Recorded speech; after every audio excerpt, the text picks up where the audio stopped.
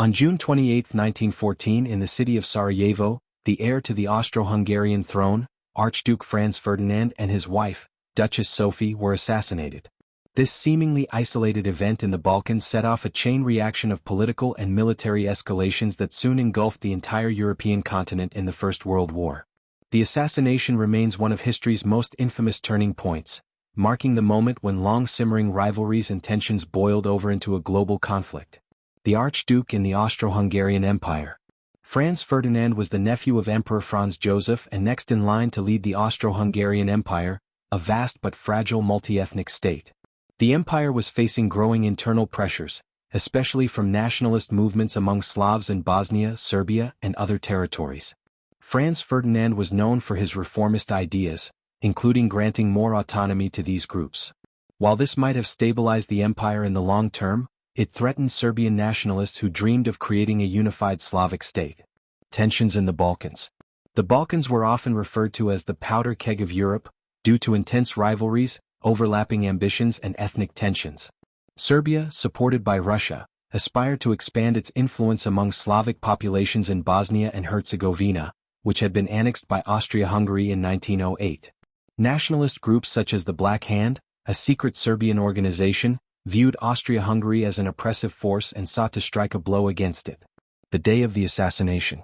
On the morning of June 28, 1914, Franz Ferdinand and Sophie visited Sarajevo to observe military maneuvers and assert Austro-Hungarian authority. The date coincided with Vidovdan, a Serbian national holiday commemorating the Battle of Kosovo in 1389, a day loaded with symbolic significance for Serbian nationalism. The couple traveled in an open car through the city streets, making them vulnerable. A group of young Bosnian Serb conspirators armed with bombs and pistols had positioned themselves along the route. The first attempt failed when a bomb thrown at the motorcade missed and injured several bystanders. Later, after a change in plans and a wrong turn, the Archduke's car stalled near one of the conspirators, Gavrilo Princip. Seizing the opportunity, Princip fired two fatal shots, one striking Franz Ferdinand in the neck and the other hitting Sophie. Both died within minutes. Shockwaves across Europe. The assassination sent shockwaves throughout Europe.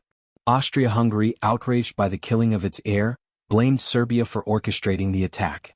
With backing from Germany, Austria-Hungary delivered an ultimatum to Serbia containing harsh demands. Serbia, supported by Russia, refused some of the conditions. Within weeks, alliances activated. Austria-Hungary declared war on Serbia, Russia mobilized against Austria-Hungary, Germany declared war on Russia and France, and Britain soon entered the conflict. By August 1914, Europe was at war. The broader significance. The assassination of Franz Ferdinand is often described as the spark that ignited World War I.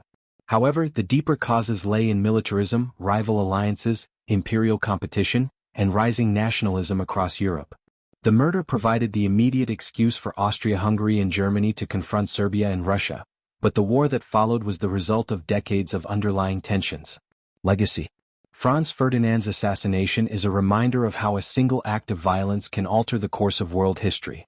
Within weeks, millions were mobilized for war, and by the end of World War I in 1918, over 16 million people had died. The collapse of empires, redrawing of borders, and the seeds of future conflicts, including World War II, can all be traced back to that fateful day in Sarajevo. The assassination of Archduke Franz Ferdinand was not merely the killing of a royal figure but the trigger for a conflict that reshaped the 20th century. It symbolized the volatility of early 20th century Europe, where deep-rooted rivalries and nationalist aspirations made peace fragile and war almost inevitable.